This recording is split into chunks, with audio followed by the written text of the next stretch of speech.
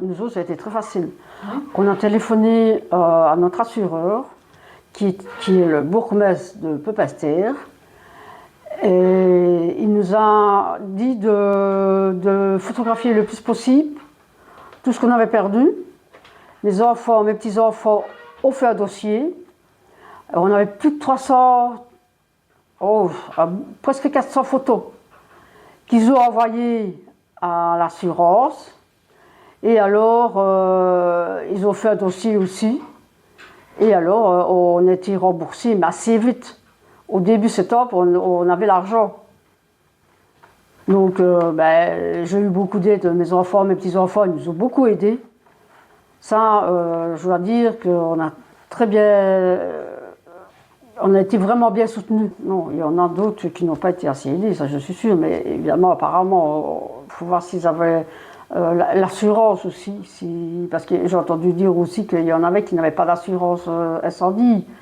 Donc de ce côté-là, peut-être qu'ils n'ont pas été assez aidés parce qu'ils n'avaient pas l'assurance aussi, je ne sais pas. Puisque moi j'étais endommagée et avec les assurances, ça ne va pas comme on veut. Hein.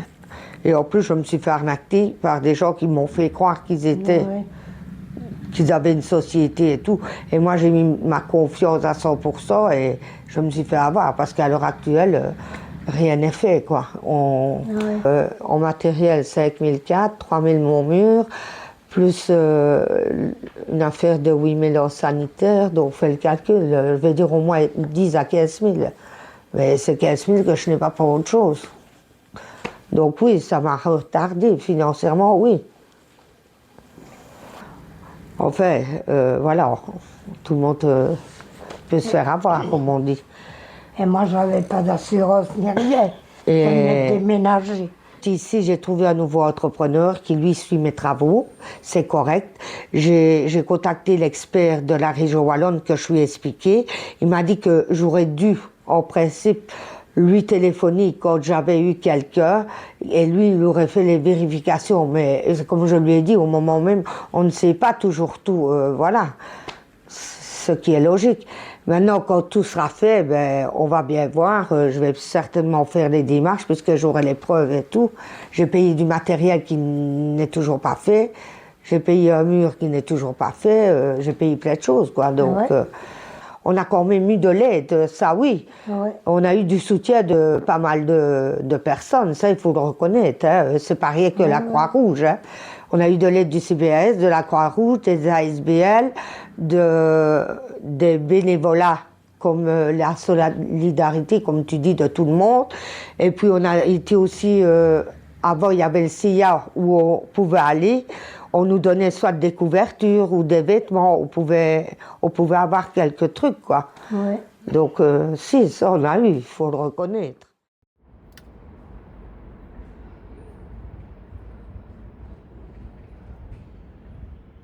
L'aide concrètement, je vous donne un exemple parmi les autres. J'allais faire la liste, comme je vous avais dit. Je savais combien de personnes il y a de la famille. Je savais les pointures des chaussures. Je savais quelle taille des vêtements. Je savais qu'ils ont besoin, par exemple, quelque chose de la cuisine, au salon ou n'importe. Il y avait beaucoup de gens qui étaient... Moi, je trouve quand même une groupe que ça ressurgit vraiment. C'était les enfants. Et deuxième catégorie, c'est les personnes âgées. C'est les deux qui étaient vraiment déstabilisés. C'était varié, vraiment varié. Il y avait aussi bien les gens qui avaient les commerces, qui avaient l'argent. Il venait les gens qui étaient de la misère. On avait les alcools, on avait tout, hein, tout, je vous dis, tout. Il faut dire quand même que, voilà, il y a les gens comme moi, où est-ce que, comme on dit, on se donne un coup de pied au derrière et on a la musique, mais il y a les gens qui sont longs à la détente, qui ne vont pas au même rythme, qui ne connaissent pas les structures, qui sont perdus, qui l'ont perdu leur monde, alors c'est aussi quelque part perdre les repères.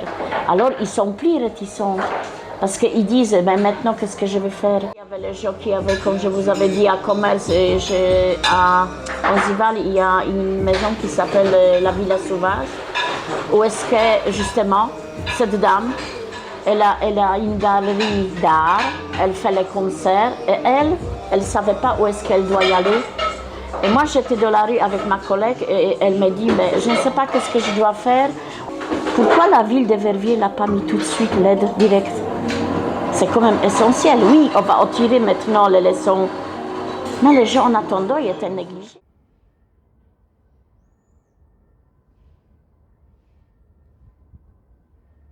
Certains clients ont plus de facilité, oui et non. Je veux dire, c'est plus une question, l'éducation qu'ils ont reçue, est-ce qu'ils sont à l'aise dans les papiers, etc. Mais de toute façon, les démarches administratives, c'est nous qui les faisons.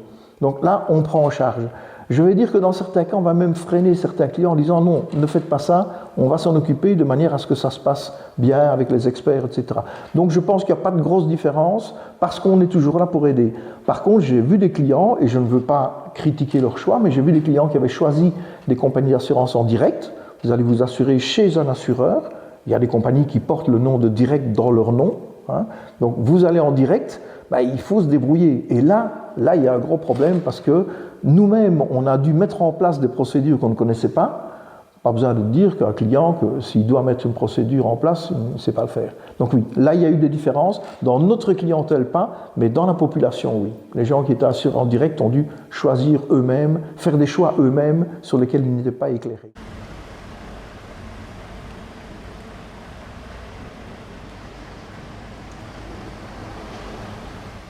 Les personnes évidemment qui ont eu une éducation, qui ont été à l'école, etc., ont eu plus facile de se reconstruire parce que il est plus facile de faire des démarches au niveau d'Internet, etc. Donc c'est clair que l'éducation, la formation, etc. a joué un rôle dans la reconstruction. Que accès à l'information, habitude de remplir des formulaires, la langue est maîtrisée, donc au final ça facilite beaucoup plus les démarches, ça c'est clair. Je pense que le contact social, le fait d'être soutenu par ses proches est hyper important. Du coup, j'ai envie de mettre en parallèle aussi donc l'éducation, d'avoir accès aux informations, de pouvoir remplir des dossiers, etc. Donc je pense que les deux vont de pair, le fait d'être soutenu et le fait de pouvoir remplir les démarches, faire les démarches.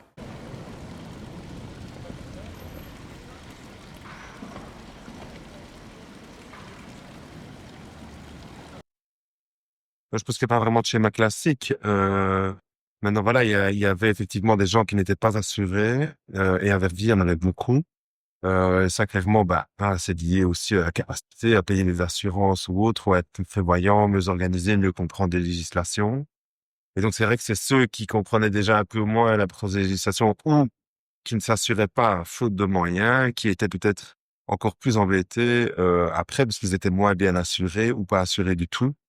Donc, heureusement, la région wallonne a prévu une intervention du fonds des calamités pour les gens qui n'étaient pas assurés. Il faudra voir comment les dossiers sont traités, mais ça ne sera peut-être pas la même indemnisation que des gens qui avaient des très bonnes assurances contre le risque de mauvaise.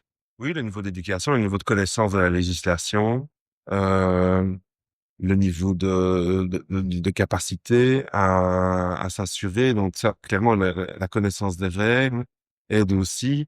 Mais là, maintenant, c'est vrai qu'il il a peut-être fallu plus aller, et on a un plan de cohésion sociale, par exemple, aussi à la ville de Verviers, aller directement chez certaines personnes pour mieux expliquer. Je sais pas seulement lié à la prévention de la langue, ça peut être lié à l'âge aussi, et à la complexité de toute façon de tout ce qui se fait en région wallonne.